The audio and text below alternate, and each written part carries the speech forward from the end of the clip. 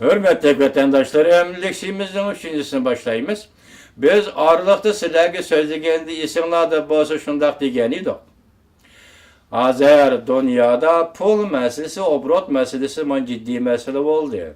Bu Cungo üçün şundaq, dünya üçün şundaq degenidik.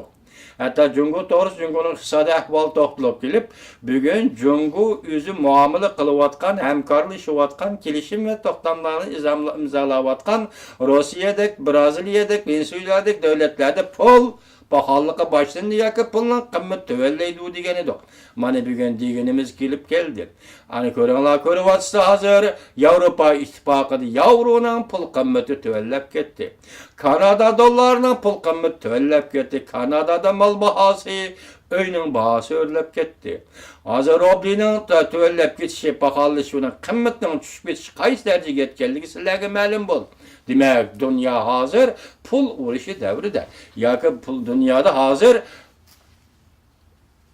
pul ve obrat sahasında zor özgürlük yaki zor kriz karakterlik özgürlük yaki canlanış karakterlik özgürlük buluvat.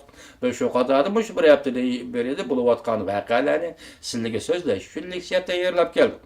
İktisat meselesi Avrupa'nın ittifaqlığına qora bulut paydo qildi mavzuliq maqola 1-ayning 13 kuni Amerika Ovoz radiosuning Xitoy Tel programmasida e'lon qilindi.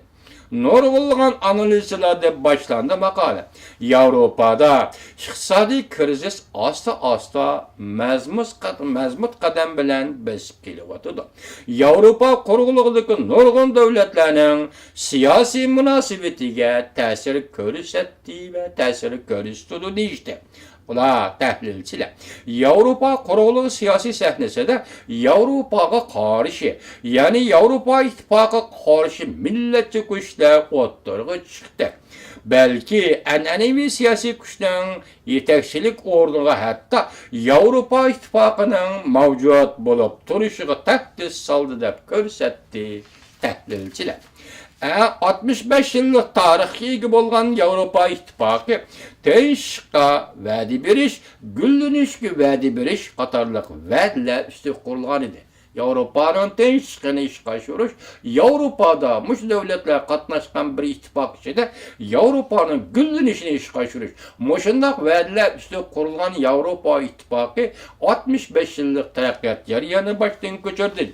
Bu vaqtda Gretsiyada va Ispaniyada şu Yevropa ittifoqi qurilgandan keyingi bugungi kunlarda işsizlikning nisbati 25% atrofida bo'ladi deb yoki Ispaniya yoki Italiya yoki ikkinchi bir Yevropa davlati o'ylab baqqan emas. Bugun Italiya va Ispaniya, Gretsiya qaraydigan bo'lsak, işsizlarning nisbati jamiyat 20%dan 25%dan tushmadi yoki o'lmadi bu saviyani saqlab keldi. Shunga shu vaqtda hech kim Yevropa ittifoqida mushundaq yetarliliklar o'ttirg'i chiqdi deb o'ylab yetolmagan. Bugun iqtisodning taraqqiy qilmay bir izda to'xtab qolishi Yevropa uchun aytganda iqtisodning taraqqiy qilmay bir iz to'xtab qolishi, siyosatning davolg'ishi, tavrash davri kirib qolishi, Yevropada siyosatning va iqtisodning tavrash davri kirib qolishi Yevropada bir doimiy holatga aylandi. Bu albatta har qanday bir kishi oldin ko'rib yetadigan vaziyat emas edi. Bundaq deganda 65 yil burun Yevropa ittifoqi qurilishidan burun kishilar mushundaq oqibatni ko'rib yetadigan emas. Demak, insonning bog'i fikr qilish, tafakkur qilish yo'li chekdik bo'ladiganligini mana mush to'xtin ko'rib bo'ladi. Nima deyapti? Bunda 65 yil burun Yevropada hech kim bundaq bir oqibatning bo'lganligini ko'rib yetadigan emas deydi. Demak, tafakkur Yevropalik madaniyatlik xalqning tafakkurimi? Demek bu ma'lum chek demişidi bo'ladi ekan deb faraz qilsanglar bo'ladi. Nurg'un mutaxassislar mundaq ko'rsatdi. Yevropa 2008-yili boshlangan krizisning qatmanligini yoki krizisning dardidan qutulib chiqolmadi. Dastlabida yuz bergan pul muomala krizisi ishsizlik krizisiga o'zgarib ketdi. Yevropa dastlab chiqqan pul muomala krizisi keyingi vaqtda, bugungi vaqtda ishsizlik krizisiga o'zgarib ketdi. Yevropa quruqligida har qaysi davlat hukumatlari qo'llangan tadbirlar saylovchi fuqarolar bilan an'anaviy sarxillar o'rtasida g'ong paydo qildi. Demak, hozir krizis, mayli iqtisod, mayli siyosat sohasi krizis, saylovchi kishilar bilan saylanuvchi rahbar bo'luvchi kishilar o'rtasida bir ziddiyat, bir g'ong paydo qildi. Dal shunday sabablar tufayli Yevropa ittifoqidan gumonlangan partiya guruhlar, millatchi guruhlar va qarshilik ko'rsatuvchi partiya guruhlar o'rtaga chiqib, ular ham Yevropa ittifoqi o'rtaga chiqargan pulni qisqartish tadbirlari qarıştırdı. Hem nurgun davlatlarda bu tadbirlarni qo'llagan siyosiy partiyalarni tanqid ostiga oldi va saylamda bilet tashlamaslik, saylamda qarshilik ko'rish iboratmishlar tahdid ostiga oldi. Yer shari axborot strategik shirkatlarining tahlilchilaridan bo'lgan Bosoni apandi bunda ko'rsatdi. Gullanish Yevropani bir yipqa bog'lab turgan rishta edi. Gullanish bo'lmaganda Yevropa çak çekidin büsüp bitetti. Bir yerdeki davatkan bu sonu epen davatkan güllünüş hem siyasi cihet, ittifaklı cihette güllünüş hem iktisadi cihet, içtimai cihette güllünüş, ahlaki cihette güllünüş bulattı. Bunu bağlap durduğun bir jip idi deydi. Güllünüş bolmaydıyken o vakti Avrupa çak çekidin büsülüp bitettiydi. Bu sonu epen diyeniminde görsetti. Kişiler talaş tartış kılıvatkan bir halkalık mesele şu ki meblağ seliş arkalık güllendiriş gerek mi bu terakkiyatını her kaysi devletlerinin iktisadını ya ki istahat ya ki pulunu kısı bitirdiğin pulunu az tarıktırdığın bir yolu bilen andın güllendiriş gerek mi hazır münazırı muhakeme devletler ara ve Avrupa parlamenti içinde kanat yaydırıldı. O mundaq ko'rsatdi. Ba'zi davlatlar krizisni hal qilish uchun chiqimni ko'paytirib, mablag' solishni ko'paytirib, nurg'un mablag' solish orqali iqtisodni taraqqiy qildirish kerak deyishdi. Bu davlatlar tanlash bostirayotgan Fransiya bilan Italiyaning maydoni edi. Yana ba'zi davlatlar nima dedi bundaq qilishga bo'lmaydi. Davlatlarning iqtisodiy qurilma xarakterli islohot olib berish kerak. Undan keyin chiqimni ko'paytirishga bo'ladi deyishdi. Buni deganlar kim? Germaniya devletiydi. Yani bazı tahlilçiler mundaq ko'rsatdi. Avrupa allaqachon Germaniyalashdi. Masalan, Germaniyaning alayidligi texnika, bilim, iqtisodi taraqqiy qilgan sanoat faqat eksport tayinib pul tepish, eksport tayinib gullanishni saqlab qolish. Hozir butun Yevropani Germaniyaga o'xshash eksport qiladigan bir davr keltiga vaqtda butun Yevropa Germaniyalashdi deydi. Bugun Yevropa qisilib bütün Avrupa kısılıp eksport tayinip iqtisod taraqqiy qildiradigan holga keldi. Sebebi şu ki ularning qarzi esilab eshib ketdi. Bu davlatlar aro qarz va yoki xalqaro banklarda olgan qarz hattilab eshib ketdi deydi. Tahlilchi Bosoni apandi yana mundaq deydi. Qarz elish va pul qo'yib etishni qisqartish Janubiy Yevropada asosiy temaga aylandi. Shundaq bo'ldi. Bugun hozir anglashimizcha Yevropa ittifoqi, Yevropa Markaziy bankisi avval 600 milliard deganda gap qilib etib, bugungi televizorga qarasak 1 trillion yevroni qo'yib etganning gapini qilyapti. Shunda qo'yib etib, yana bu pulni ko'proq bahra oladigan Janubiy Yevropa bo'ladi ekan. Vaqtida Germaniya, Shimoliy Yevropachi ular qanday qilish kerak? Bu masalaga javob kelganda sizlar bilan tanishtiramiz apandilar. Ammo Shimoliy Yevropada uning aksi, Janubiy Yevropa pul xarjlaydigan, Shimoliy Yevropa bo'lsa ko'chmanlar masalasi. Ular qarishtirish siyosiy davol Munda iş bilen bop ketdiydi. O munda ko'rsatdi. Ko'chmanlar qarishtirish ham Suriya, Afrika davlatlaridan kelgan siyosiy panohlik tilgichilarga qarishtirish, musofirlar qarishtirish, ham Sharqiy Yevropa davlatlaridan kelgan musofirlar qarishtirish, masalan, Polsha, Ruminiya, Bulgariyadan kelgan ko'chmanlar qarishtirish, bugun Shvetsiyada, Angliyada, Gollandiyada, hatto Germaniyada bunda ahvollarni ko'rdik deydi. Bu sonu efendim, Şotlandiya ve İspanya'da, Kataloniya'da ko'tarilgan mustaqillik hareketi Avrupa'nın negizini tevrettiydi. Haqiqatan ilki referendum taşlagan devletlerde bu İslam müstakillik hareketi Avrupa'nın negizini tevrettiydi.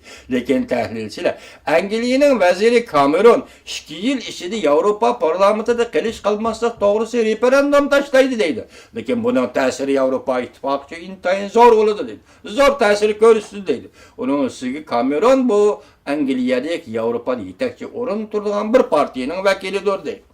Demek Cameron Angliyada biletni taşlaydigan bo'lsa, vaqtida Angliyani Avrupa ittifoqidan elib chiqib ketishga bilet taşlagan yo'q, elib chiqib ketgan birdan bir vazir bo'lib qolishi mumkin deydi. Bu taqa oldimizdagi ish, hozir yuz bermagan ish, lekin Cameron 2 yildan keyin bilet tashlamoqchi bo'lyapti. Bu yil Gretsiya, Angliya, İspaniya, Polsha, Daniya, Finlandiya, Portugaliya ve Azaniya qatarlıq devletlerde, Avrupa'nın nurgun devletlerde saylam bulundu. Saylam elip verildi. Tahlilçiler şundak deyişti ki, bunun için nurgun devletler saylamının ahırkı neticesi Avrupa ittifakının yıldızını texemit çıngıtış mümkün mü? Ya ki Avrupa ittifakının yıldızıga hırs peyda kılış mümkün mü? Mana bu bugünkü Avrupa kuruluğudur. Del mi şundak gepler buluvatkan bir peytte Şvitsariya Avrupa'daki pul meselesiga özgürlükçü nazar ağdırsak, mesela Şvitsariya franki derhal özgürlük hasıl kılıp, burunqu vədisinden yeni velipla Şvitsariya frankinin yavru ko'rsatgan ta'siri intayin zor bo'ldi. Undan keyin bu yavruga qanday ta'sir, ijobiy ta'siri bo'lamdi yoki salbiy ta'siri bo'lamdi, buni bilmaydi degan olmaydi. Orqadilla yavruda o'zgarish bo'ldi. Yavruda o'zgarish bo'lgani sababi yavru boshda aytgandek bu pul qo'yib etishni yoki miqdorliq son bo'yicha pul qo'yib etish ishga tushirdi. Buning yavroning qimmati ko'rsatgan ta'siri nima bo'ladi? Masalan, Shvetsariya frankining qo'yib etilishi yoki yavroga tegishli qimmatidan belgilangan qimmatdan 1.20 da voz kechishi bu vaqtda Shvetsariya franki bilan yavroning qimmatida qanday o'zgarish hosil qiladi? Bu narsa hozir Avropada o'ttirg'i chiqdi. Endi bugunlardan qaraymizki, bugun aytganda BBC'ning tarqatgan xabarida hozir Gretsiyada saylan bo'lyapti. Yakshanba kuni 25-da saylan bo'ladi. Agar Gretsiyada sol qanot partiyalar hokimiyat boshiga chiqadigan bo'lsa, masalan, Syriza deydigan bir kishi partiya sol qanot partiyaning daisi vekili o'ttirg'i saylan tushib, saylan o'tib chiqadigan bo'lsa, bu kishining birinchi shuari Avrupa ittifoqidan chiqib ketish. Biz bu meseleye qanday qaraymiz, bir nima deyamaymiz, çünkü bizim aklımız, tefekkürümüz bu derece yetmeydi. Avrupa ittifaqı parçalanish kerak bu, yoki saqlanib qolish kerak bu, yoki parçalanib ketish kerak bu. Biz buni bir nima deyamaymiz, lekin Avrupa ittifaqı 65 yillik yashini uyab o'tdi. Hozirgacha nurg'un muhim yaxshi ishlarni qildi. Avrupa xalqi agar Avrupa ittifoqidan qo'g'dab qoladiganlar bo'lsa, bunday ishlarning oldini olish kerak bu yo'q. Ama şunday vaqtda Avrupa qanday ittifoqlashish kerak? Bo'lib gap bu yerda nima desam, hozir pul urushi, ya'ni puldagi qimmatdagi tavrinish Avropaning iqtisodini mushola keltirib qo'yganda, masalan, Gretsiyadagi, İspaniyadagi davlatlar biz Avropa ittifoqidan chiqdik desa, endi biz buni uqmaymiz. Asosiy qonun, har bir davlat o'zining asosiy qonuni bo'yicha Avropa ittifaqida qilish yoki Avropa ittifoqidan chiqib ketish huquqi bo'ladi ekan. Lekin bu keyin qanday taraqqiy qildi, biz buni ko'ramiz. Hozir qiziqadigan masala, biz qiziqadigan masala vatandoshim, yevro pulining qimmatining o'zgarishi, Yevropada pul qimmatining o'zgarishi Xitoyning xalq puliga qanday ta'sir ko'rsatdi, Xitoyning iqtisodiga qanday ta'sir ko'rsatdi degan masala mana bu yerda. Biz buni oldimizda ko'ramizmi yoki bugunati ko'ramizmi? Vatandoshim, biz diqqat qiladigan muhim nuqta mana shu nuqtadir.